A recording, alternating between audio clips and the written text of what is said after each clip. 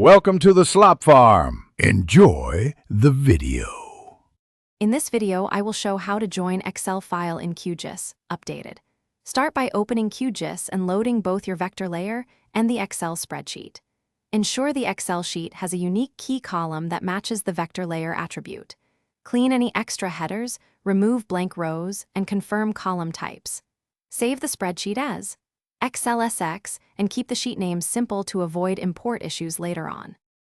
Open the Data Source Manager and choose the appropriate import option for your Excel format.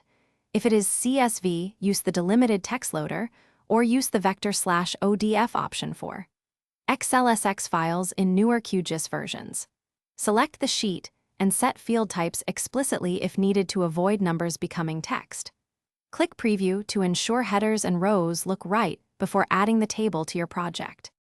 If you are finding this helpful, please subscribe and like so I can keep making practical tutorials. Quick recommendation.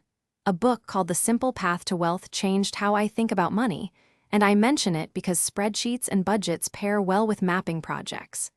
Check the description for the link and other deals, and pick it up if you want a neat companion read. Now let's get back to the video.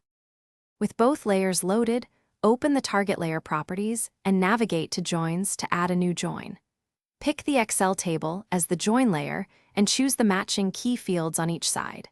Set join behavior to keep all features or only matched ones depending on your goal. Apply the join, then open the attribute table to verify that the columns and values appended correctly and there are no unexpected duplicates.